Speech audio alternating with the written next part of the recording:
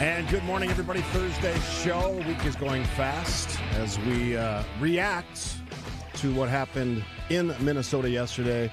A 37-year-old Minnesota resident, Renee Nicole Good, shot and killed by an ICE agent on the streets of Minneapolis. One of the great opportunities we have on the show is to bring forward legal experts and attorneys, and Rick Esenberg is in that class of guests. He joins us on the phone. Good morning, Rick. Good morning. Let's start with some of the legal questions swirling around this. I saw some of your posts last night on Twitter, and I thought that you've raised some interesting questions. So let's sort of discuss what the legal implications of ICE being on the ground in Minneapolis are, this interaction with this citizen who was not, as far as I know, under investigation for any immigration issues, was just protesting. I assume that's the common understanding now. What issues do you think are going to come up with this case? First and foremost, we have a dead citizen of the United States. Well, I think that there are going to be, just to put a pin in it, there are going to be some issues about who has jurisdiction to hear this. But the biggest issue in any potential prosecution against the ICE agent who did the shooting is going to be whether or not this was a reasonable use of force.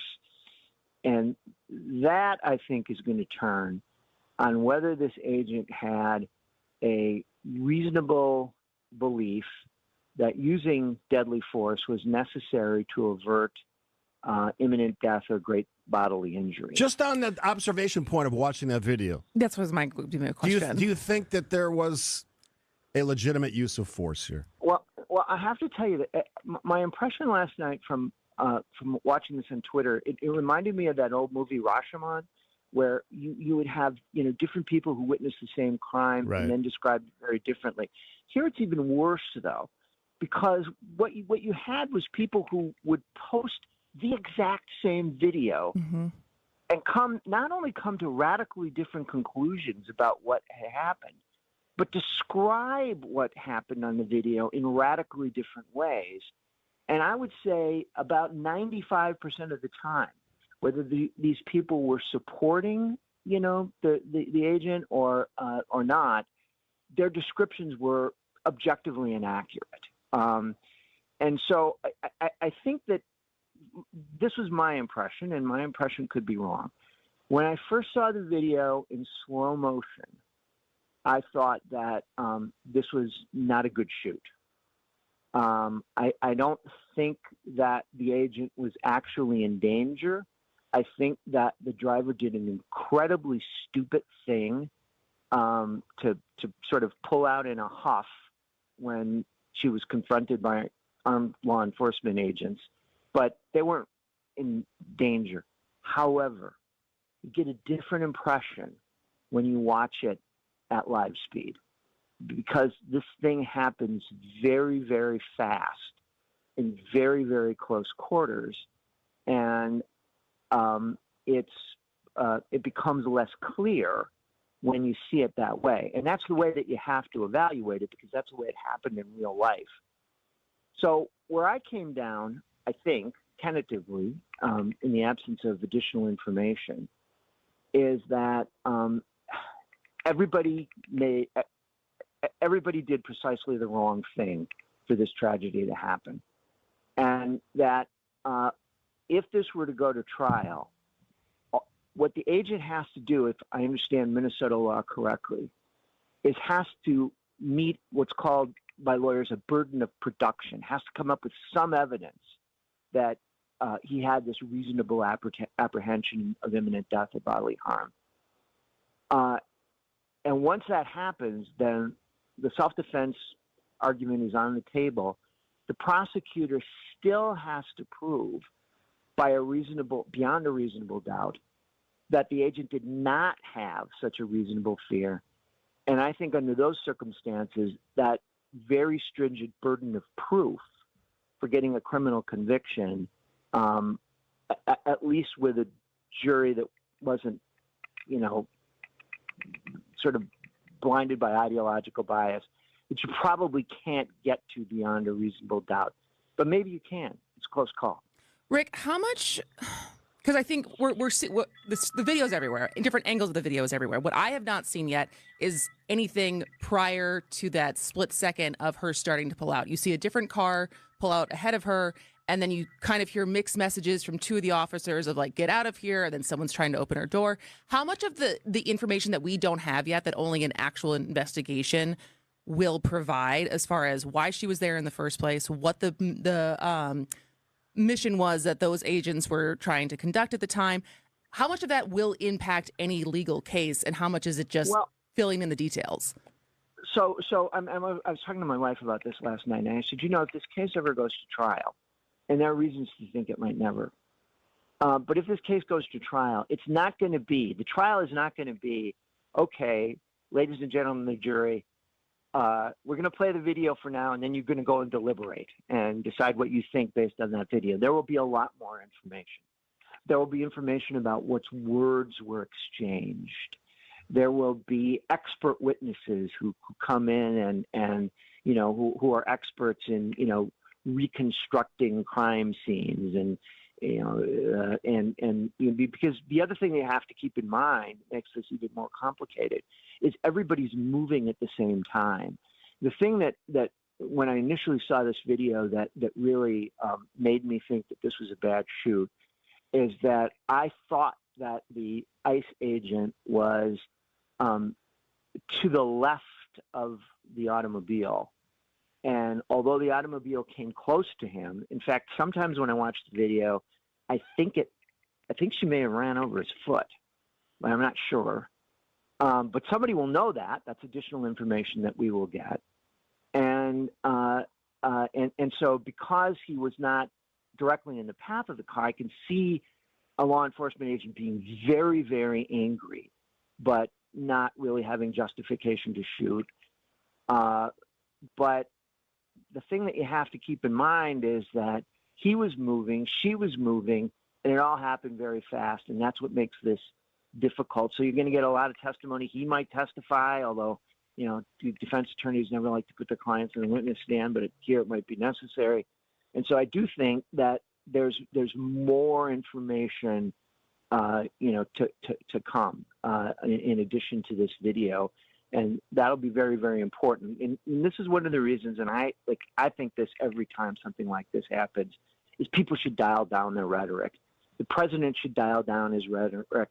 Kristi Noem should dial down his rhetoric, and so should Governor Walz and Mayor Fry. I think we're all in agreement on that, Rick. Let the process work itself out. Let's take a quick break. I want to continue the conversation. There's some big picture questions I want to ask you about the idea of ICE and their interactions with protesters, because it sort of escalates these situations, especially with the number of agents I see on the ground in Minneapolis. I'm watching a monitor on CNN right now, and I see quite a few agents, as well as the leader of that group in Minneapolis as we speak. Rick Esenberg, president of Wisconsin Institute for Law and Liberty. Lots more to talk about on the first hour of Point Taken right here on 620 WTMJ. Let's talk about sort of the big picture stuff here. I said a couple months ago, whenever you introduce large numbers of agents, federal agents, ICE agents into communities, and the reaction, of course, is you're going to see protests. The likelihood of these kinds of incidents are going to increase exponentially.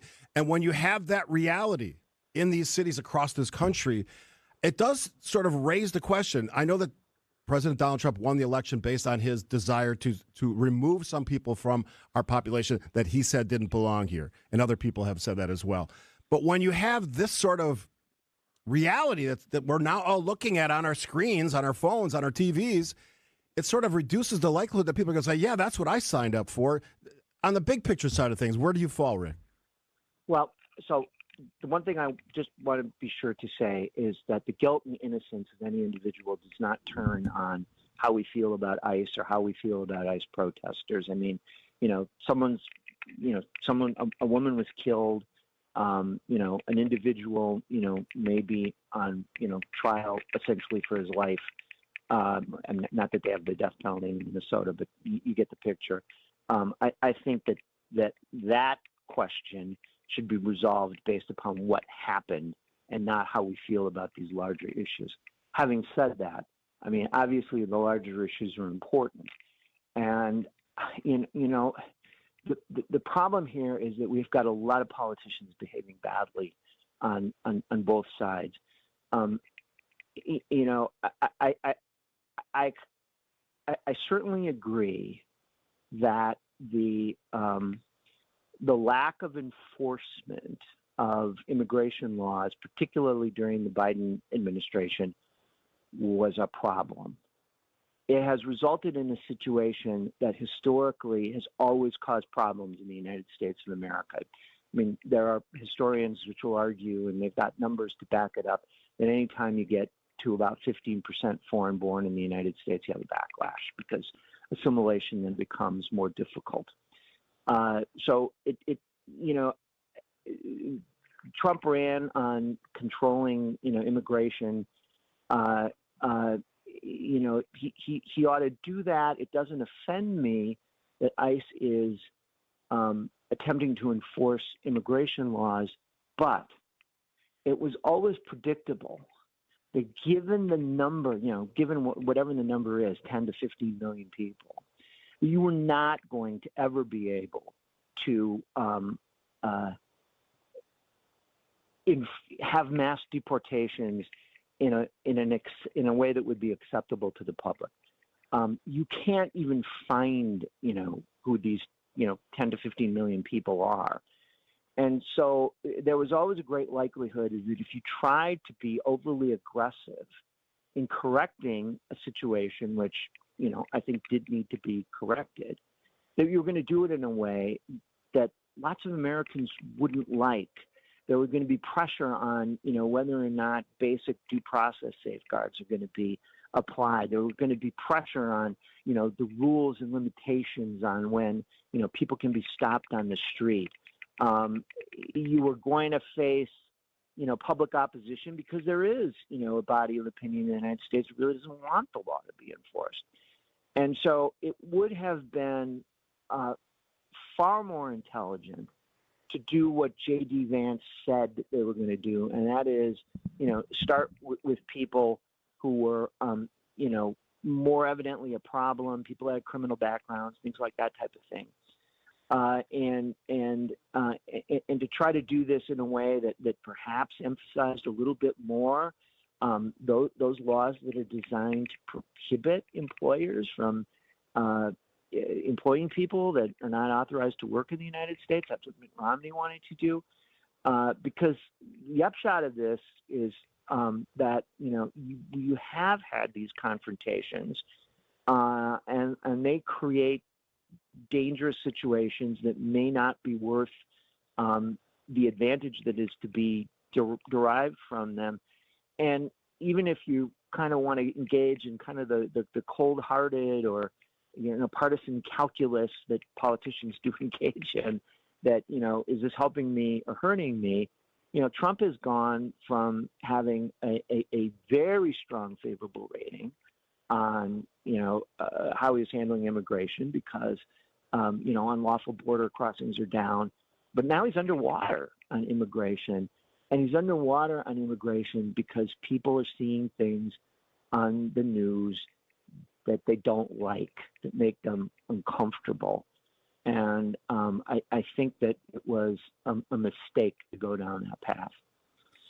As far as, because we were talking about the immunity and federal agents' immunity and their legal protection, but, you know, and I'm not above my own partisan lens when I'm trying to parse through all this, and I'll admit that. But it's like when you put the facts together as far as the 50,000 bonuses for people signing up for ICE, the fact that ICE is not trained for crowd control, right? Like a lot of times in past administrations, these are people who work alone and don't necessarily have to be in urban centers. And so what accountability or burden is there on federal agencies to make sure these people are trained appropriately and also not reacting? I mean, we've seen how many, but besides just this shooting, we've seen them shoot pepper ball people right in the face, and like their own frustration get the best of them. And so, like, is there can there be accountability for these people and their actions? Well, I mean, that's another problem. I have never worked as a police officer. I'm not trained as a police officer. The one little thing I can hold up, other than kind of understanding what the law is that I went through a Citizens Police Academy in Mequon. And one of the things they do is they spend some time, you know, putting you in shoot, no shoot drills. and what are the rules that govern the use of deadly force. It is very, very difficult, particularly if you're in a situation like that. And so it's hard to add that many people who will then be given guns and put into very, very difficult situations and have them adequately trained to deal with those situations. And that's one of the reasons why, I think that the way to handle this was not to take the position that we have to, get everyone who is here in the country unlawfully out of the country as quickly as we possibly can. Because doing that was, although in and of itself, I don't think that that's wrong. But doing it in that way was going to have unintended consequences that we're going to sort of undermine the entire policy to begin with. And part of it is, I think you're right, the fact that, staffing up to do this was always going to be very, very difficult, because I got to tell you, I have a great respect for law enforcement officers who have to make these decisions. And you just can't take anybody off the street, put them in that situation, and expect them to be able to do it well, because it ain't easy. That's a great point, Rick. We got to leave it there. Always appreciate your wisdom. Thanks for sharing it on our show. Thank you.